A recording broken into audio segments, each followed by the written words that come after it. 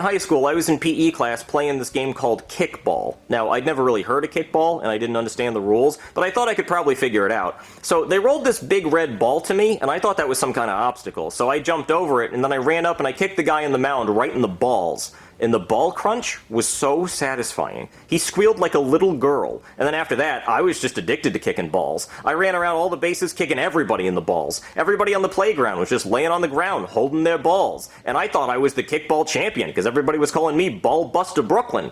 Until the PE teacher ran up and told me to go to the principal's office for kicking people in the balls. So I kicked him in the balls, and then I went to the principal's office, and the principal told me that I was suspended for kicking people in the balls. So I kicked him in the balls too. And then they called the cops, and as you can imagine, I kicked them in the balls, and they were not happy about that at all. So they sent me to jail, they took my mugshot, I kicked the photographer in the balls, and then they sent me to my cell, and I kicked my cellmate in the balls. So then they sent me to the electric chair, and I kicked the executioner in the balls. And then after that, they didn't know what to do. So they called my parents, and my parents came and got me, and my dad said I was grounded for kicking people in the balls and that might teach me a lesson. So I kicked him in the balls. And then they sent me to a therapist to figure out why I was kicking people in the balls so much. And my therapist said it had something to do with unresolved feelings about my mother, so I kicked him in the balls. And then they sent me to a mental institution, and they put me in a straitjacket. But my legs were still free, so I kept kicking people in the balls. And then they put me in straight pants so I couldn't kick anybody in the balls. And then my parents and the teachers and the doctors and the cops and Bill Clinton, who was president at the time,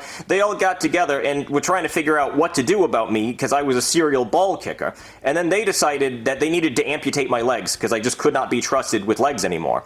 So they amputated my legs, and I haven't kicked anyone in the balls ever since. But if I had my legs back, I'd kick you in the balls, I'd kick you in the balls, I'd somehow surgically give you balls and then kick you in the balls. No ball would go left unkicked.